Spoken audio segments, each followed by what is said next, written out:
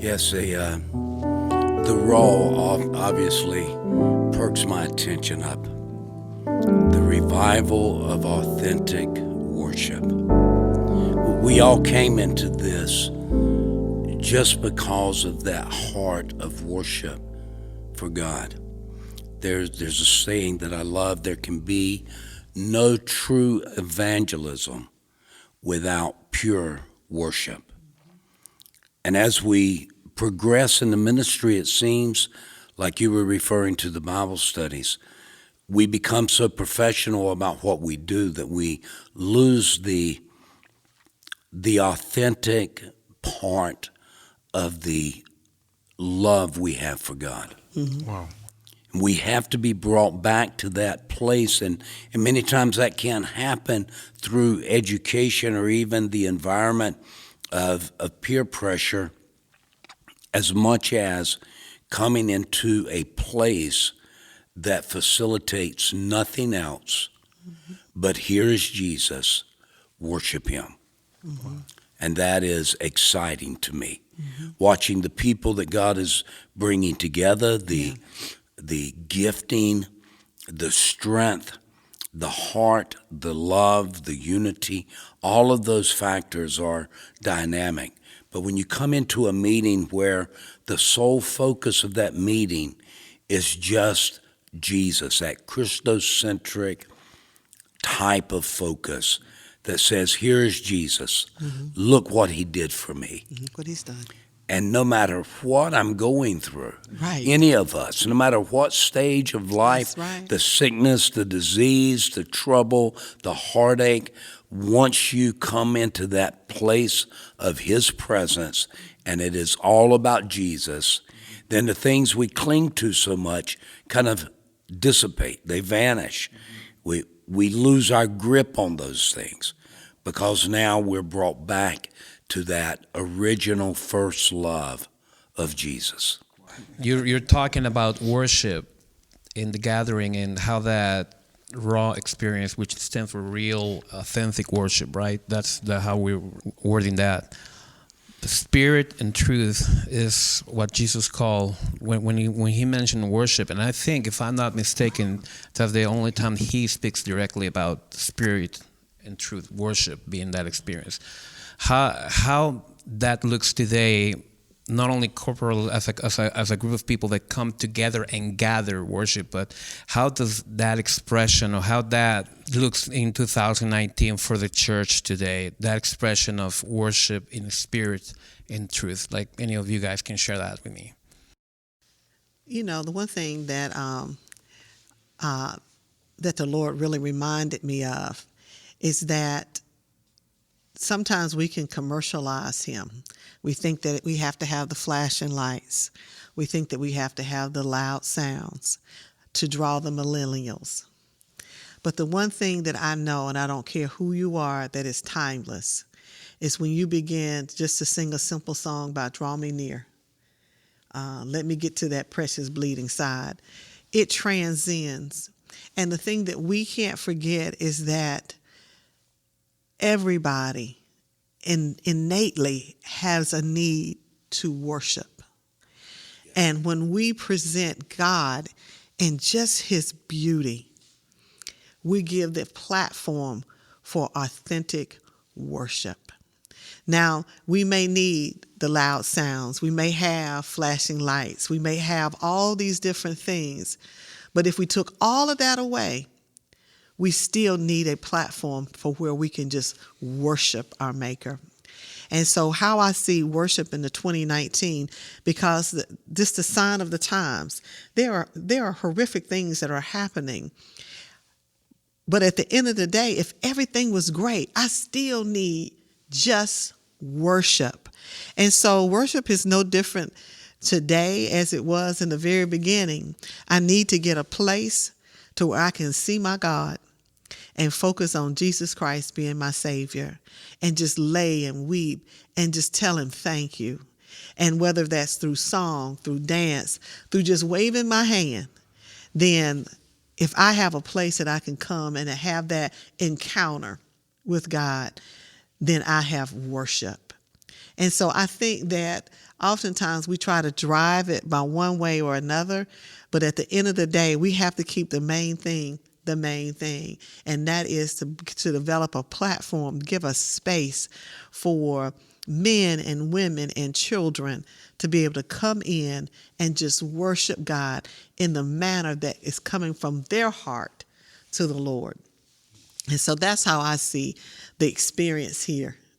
I get tickled sometimes at Wayne and Becky's grandkids, because you may look around and they just literally running around the circles, but that's their worship. You may see somebody else just wave their hand and just tears streaming down. That's their worship. You may see others just, having a ball like they're at a party. That's their worship, and that's the beautiful aroma that goes up to the heaven. So that's how I see the worship experience here at the gathering. I was going to say, I think your question was in regards to how do we see worship, spirit and truth. And also to clarify that question, because I didn't explain myself clearly, because worship in our modern church refers to which you're right, to that musical side of things during the service and all that. But if we go into the Bible, and I know you're a man of revelation, not only, you're a musician as well, but we know that worship goes beyond that musical experience or that corporal experience, which is biblical. But when Jesus was speaking to the woman on the well, he was referring to worship as that total expression of the Spirit, where you lay down, where you recognize the divinity of Christ or the divinity of the object of worship. So that's more where I'm going through with this. Okay, so when I think of worship, I think initially I like to go back and think of when Jesus was born.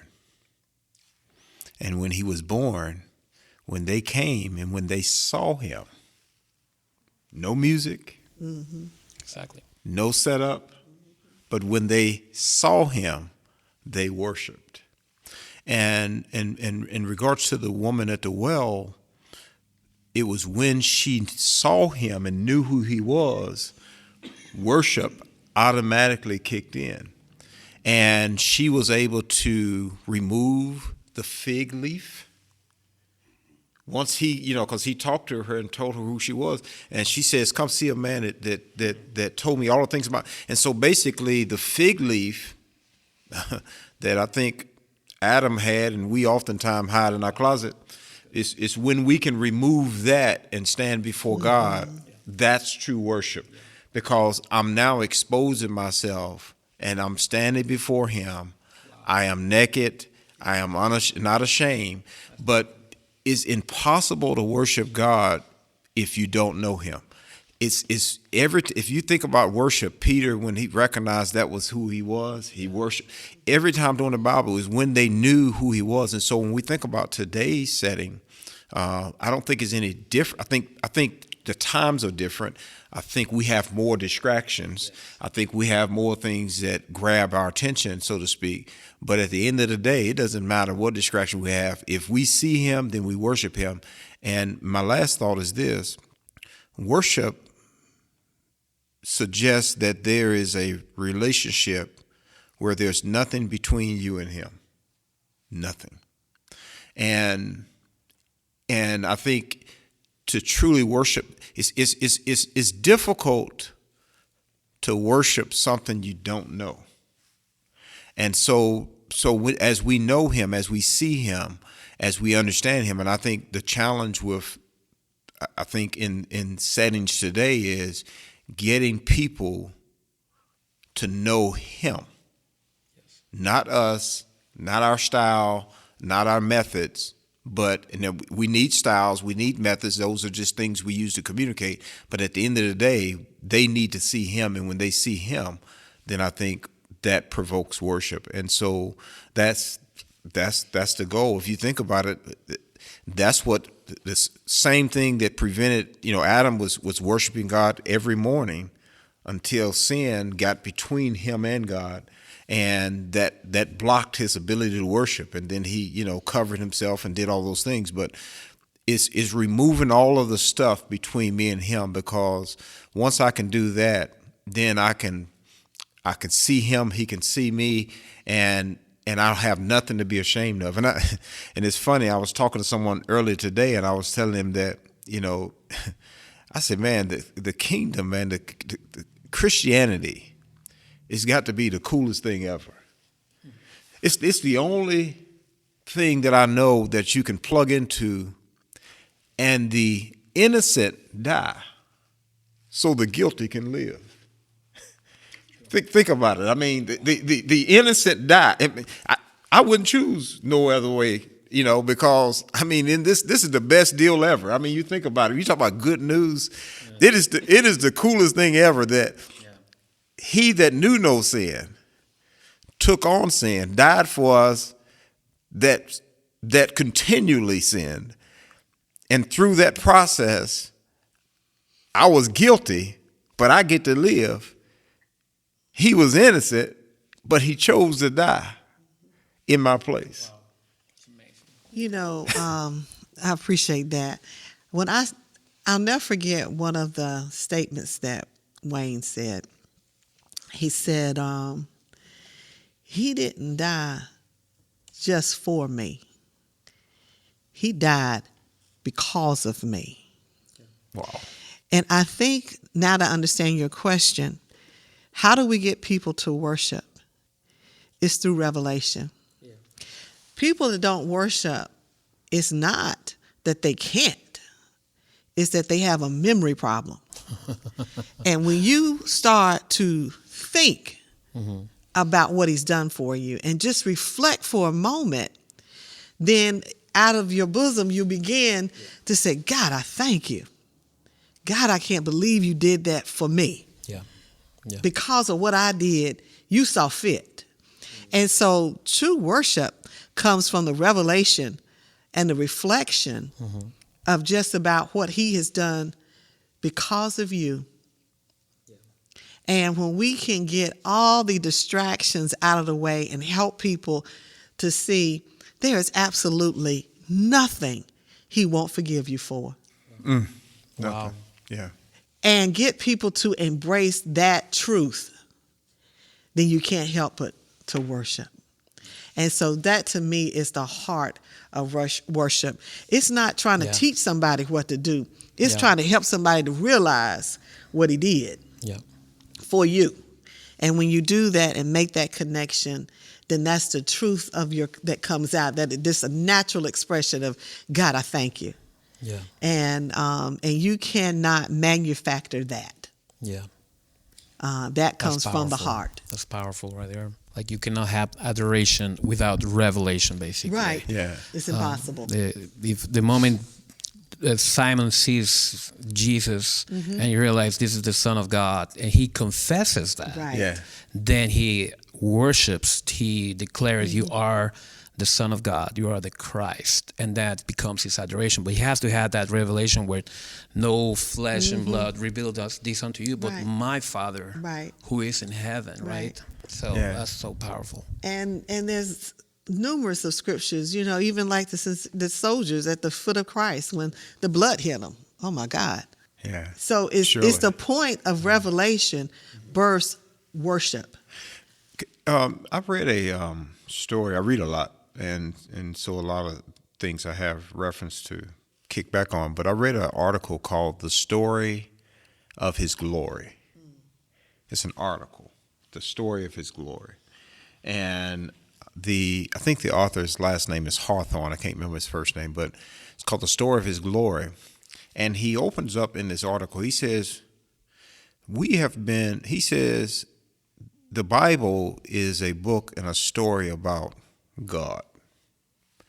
He says, but oftentimes we try to read the Bible as a self-help book. But what if we were to read the Bible and we were to place God at the center of every passage we read and be able to look at everything that happened is based on him? And so think about this. So if I'm doing evangelism, I'm not doing it to fill my church. I'm not even doing it to fill the kingdom, but I'm doing it so that God can get glory in a place where he wasn't getting glory at the day before? Wow, that's amazing. What if I did discipleship and I did it not to train folk? That's just a benefit. Or to discipline folk. But I'm doing it so that God can get glory out of their discipline. You know, what if I raise my children not so they'll behave for my benefit, but if I raise them in such a way so that God can get glory out of their life? What if I forgive, not because that's what we're supposed to do, but I'm doing it so that God can get glory out of a relationship where he hadn't been able to get glory because we're at odds with one another.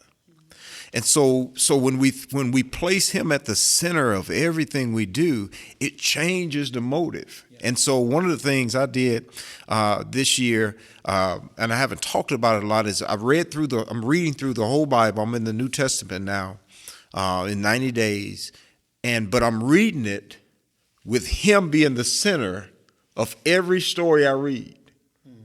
So I'm looking at the Bible and saying, for everything that happened, this only happened so God could get glory in this place. He only parted the Red Sea, not because they were being chased by the enemy, not because he did it so that he could get glory from a nation of people that he was going to use and bless, not because they were so good or so kind, but he wanted to actually get glory so the whole earth could be filled with his glory.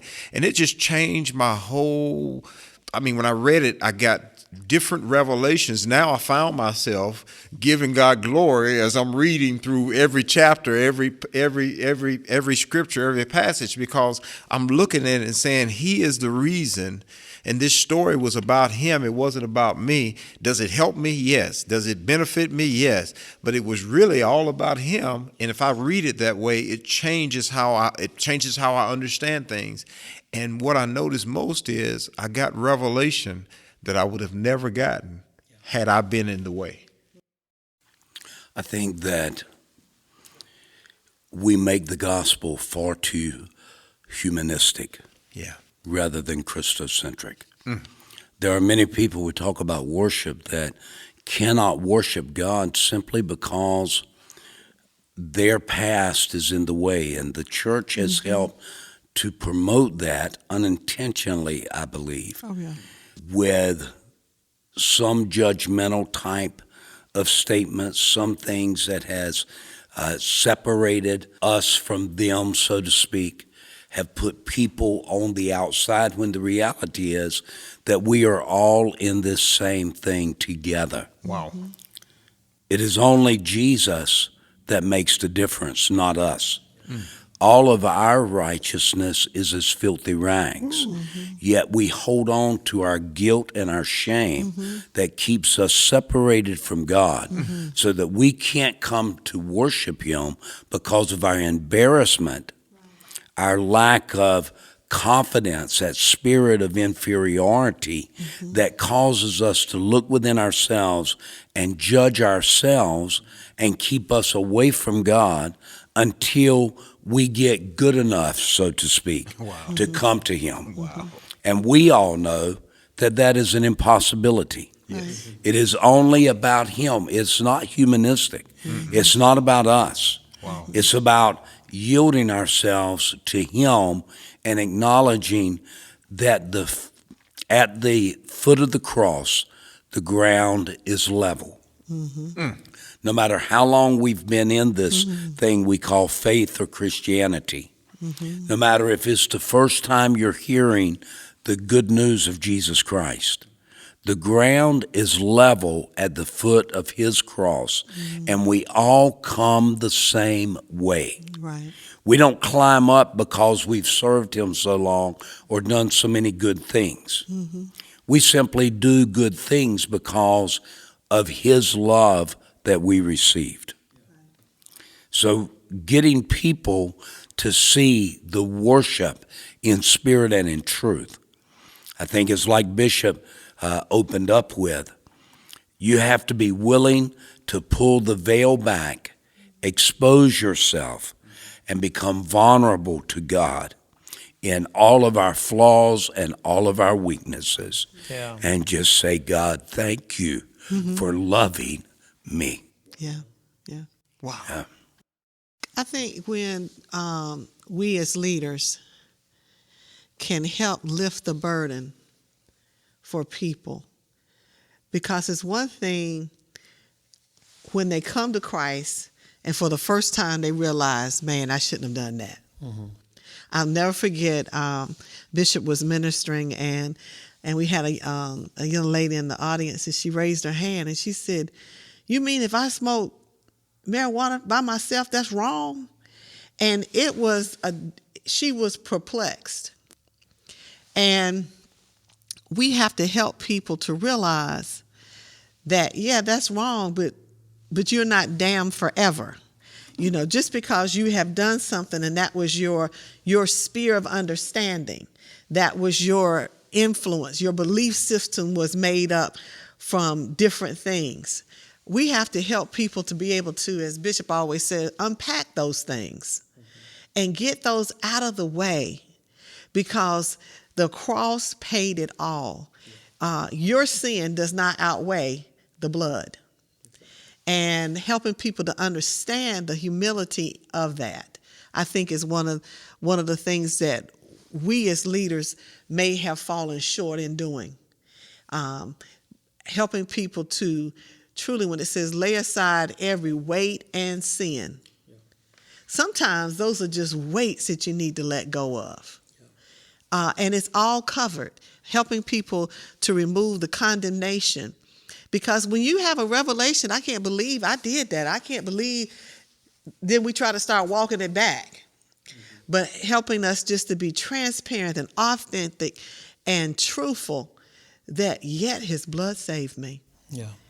No matter how wretched I was, his blood still saved me.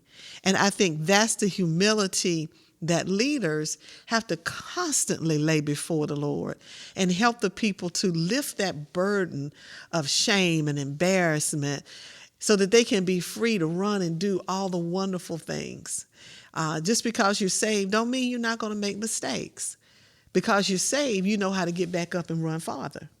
And so I think that's our role, and I believe the gathering gives a space for people to come in and start over again. It's nothing like being able to start over and realize that I don't have to be this way no more. And that I do have somebody that really will believe in me, that really cares about me. And I don't have to front anymore. But I can just say, you know what, that was me, but that ain't me no more. And the freedom to be able to move beyond that space. The gathering helps people move. We are a movement, not an event. An event, but it's a movement. It's a stirring back up truth in your life. It's a reminding of who God is in your life. And it doesn't matter how long you've been in the game. Everybody needs to be reminded about his grace. Why? Because it is the thing that is sufficient. You know, it's interesting as the seasons begin to change and we start to get our lawnmowers and stuff back out and get ready to crank them up to take care of our yards. I was talking to someone about the why sometimes the gas, he says you have to put stabilizer in it when you don't use it because the mixture of it will break apart. And you can put it in your lawnmower and it will destroy the carburetor because it is broken apart. It'll run the first time, but when it stops, it gums up the carburetor because the components, the mixture of the gas has come apart because it's set over the fall. And I think one of the things I have enjoyed about just being in the setting is I feel like my gas is not falling apart and it's being stirred, it's being used, you know, and it's become like a stabilizer so that it'll sustain itself through a tough week or a tough day. I don't know if it's kind of an example I just kind of heard, but I think it's important that we have the right relationships so that we don't become stagnant and become mundane with God. I mean, gosh, it is an amazing thing when we start to share testimonies and share stories, because we should never be bored in it. You know, there should never be a case where we're bored or you know, we're waiting on God to do something. He's doing something all the time, and so the concept is anytime we gather together, then we should use what He has done for us to stir the others that are around us, because the church is really a place where we come to encourage one another. And I think that is key. Sometimes we come to be encouraged, but we should come to encourage one another. It should be going both ways. Every time we get together, we should be encouraging one another. And I think that's the true essence of the church. That's the true essence of, and I think that's why the gathering has been such a blessing. We have come to stir and come to encourage one another. And, you know, can I come to be encouraged? Yeah, but I need to come and also bring some testimony, because somebody need what He did for me in my life, and I may need what He did for you in your life. And if we can share them stories, man, then you create an environment to where, you know, where people are lifted. I mean, people are encouraged, and Christ is lifted, and people are drawn to Him. I was thinking of, while you guys were sharing all this beautiful revelation, I remember back a couple of years ago, I was still doing a big production which have lights and music, and was an evangelistic production, but it was very, very fancy and flashy. And I used to talk to the choir and the band saying, "Wait, don't matter what you see on the lights, and don't matter what you see on the music and the prom on the TV and all that, this is not about you." Because musicians, we tend to go, the stage and the lights and all that, and said, this is not your birthday. You don't go to a birthday expecting people to celebrate you. You go to celebrate whoever's birthday is. This is Jesus' birthday. This is not your birthday. And that, translating that idea to this, is like, sometimes the gathering can become that reminder that your life, your ministry, even those situations that you talk about feeling shame and the guilt and all that, it's not really about you, is it? Not at all. The life you have, because right now in 2019, the idea of my life, my entitlement, I'm entitled to all this, is my dreams and my hopes, and me. But if you go to the Bible, you go to the teachings of Jesus, it's not really about us, is it? It's not about what is my will or what the Lord wants to me. And today we hear a lot of preachers preach, like you mentioned earlier, like a self-help kind of insights on the Bible, but is it really about us? In that encouragement that you were talking about, I wonder if that encouragement just is when you come together with your brothers and sisters and you start to lift him up. It's just a reminder, okay, now remember, this is not about me. This is about Jesus. And whatever I'm going through today, whether it's through my church or with my marriage or with my family, with my business, whatever, it's not really about me. When the children of Israel, they were going through the Red Sea, they realized this is, okay, we don't want to leave, but we can see it from the distance and understand, like you said, God, what the Lord was trying to do in that moment was to glorify Himself. Yeah. And if we get that perspective that, okay, whatever this is going on right now, it's not really about me. This is not my birthday. Yeah. This is not my party. This is not what this is not about me. And that kind of refreshes you, because you know there is a major agenda, bigger than my agenda, yeah, which is the divine, yeah, with God's agenda, my Father's, which is to glorify Himself. Yeah, and you know, we get the benefit, yeah, of it, yeah, but it's not about us. We get the benefits of, and so this is interesting. So when I told you I was reading with him at the center, and one thing I noticed when the children of Israel, you reflected on that, were when Moses went to tell them, let my people go. God said, let my people go. If you go back to the original conversation of that whole dialogue, he says, go tell Pharaoh, let my people go so that they can go and worship me. Wow. That set the whole agenda for everything. So Right. he wasn't freeing them because they were slaves. No. He was freeing them because They couldn't give him glory in the place that they were in. And it changes, you know. I mean, he didn't think about Lazarus. He said this was so that the Son of Man can be glorified. Wow. Mm-hmm. He didn't raise him because he died. He raised him so that he could be glorified. Yeah. And so so the Bible makes, I can say this, it makes more sense when you read it with him as the center, because if you put yourself in the center, you'll be saying, why? Right. Why you do this to me? Why did this Right. happen? Right. Why you didn't just fix it here? Why you didn't do it here?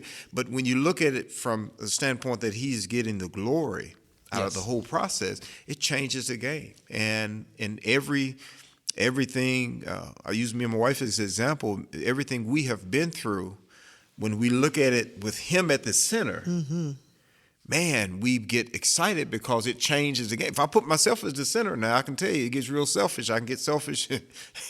I can go into the fetal position real quick, you know. So, but when I put him at the center, man, and say, okay, so God is going to be glorified. And so now I'm at a place where if something happens, say, okay, God, how can I glorify you here? How can I do this in such a way that you are glorified? How can I talk to this person in such a way that you are glorified? How can I forgive this person so that you are glorified? How can I, if somebody has offended me, how can I go to them in such a way that you are glorified? Changes the game. Changes the game. I think human nature, we are very selfish and self-absorbed people. And I think we have produced the next generations to be very selfish and self-absorbed. And what God is doing is sending a wave through to wake us up to him, to help us to center ourselves back in him. The only reason we were created was to worship him. And life can get in the way, and we miss it. But I'm so grateful that God is so good in his mercy that he can remind us through our trials and our tribulations and through good and bad times that it is him that is to be worshiped. Yeah. Not cars, not people, not things, not even places, but him. And if you glorify him, your whole life will be transformed. Yeah. You cannot give him enough for the things that he has done. Yeah. All you can do is give him glory Yeah. because of just who he is. And that's why it's so humbling when Pastor Wayne said, he didn't die just for me. That's a selfish thought. He died because of me. That's a glory moment. Yeah. Because now he will get glory from me. So, yeah, I think it's amazing. You know, another thought, too, when you think about worship, whatever you worship, you become. Whatever you worship, you become. So God tells us to worship him, and him only shall we worship. He's getting glory out of it, but at the same time, Yeah. he's blessing us because when we worship him, we become like him. Exactly. You know, so everything he asks us to do is designed to give him glory and then benefit us in the big picture. Yeah. So got to keep it in proper order, though, to glorify him and then benefit us. And so if he asks us to do something or tell us to do something, he's doing it so that he can be glorified. But when he is glorified, we are blessed because glory begets glory. Yeah. Glory begets glory. And so it's never a one-way exchange. Yeah. And I've never been in a situation with God when I've gave him something that he didn't give me more in return. because I can never. The old folk, you say you can't beat God's God's giving, no matter how you try, right? Yeah. And so every time I give something to God, He always gives it back to me in much larger form. So it would be it would behoove us to give Him glory in every situation, because out of the exchange, Yeah. we are always the ones that gets the most out of the deal, because I need Him. But the reality is He really don't need me. So, That's amazing. Back to that moment where Jesus and Simon does his confession. You are the Christ, the Son of God. And what happens right after that is Jesus said, this has not been revealed by flesh and blood, but my Father who is in heaven. And now I say unto you, you are being called Simon, but you shall be Peter. So in that moment, Jesus gives a revelation to Simon. By the way, yes, I am the Christ, and by the way, you're not Simon anymore. You are Peter. So the moment that he acknowledges the true identity of him as God, God then comes and reveals to Simon, you are Peter. So there's that exchange you're talking about, that benefit where God gets the glory, but we get that benefit where Simon gets a new name, a new identity. can I say something there? Okay, so check this out. So God was known as the Rock of Ages. Yeah. He's the Rock. So when Peter recognizes who Jesus is, whatever you worship, you become. He recognizes the Rock, and then he becomes the Rock. Or he becomes a rock, I should say. He becomes a rock. And so whatever we worship, we become, man. And so if God desires to change us, He changes us through the process of worship. Wow. Because worship always changes the one that's doing the worshiping. So if I'm worshiping God, then now I put myself in a position where He can truly change me. So I would be willing to say that no change takes place where there's no worship. Wow. It doesn't take place. If I look at my life, when my life has been changed by God, it was when I was worshiping Him. He's never changed me when I didn't worship Him, only when I worshiped Him. It's interesting. So a return to authentic worship. Yes. Wow. That is where the real power is at. We tend to drift away from those truths. We get caught up in what we know. We get caught up in our routines. The gathering gives us an opportunity to bring us back to the authentic, to get our bearings again, to get redirected so that we can make an impact for God's glory.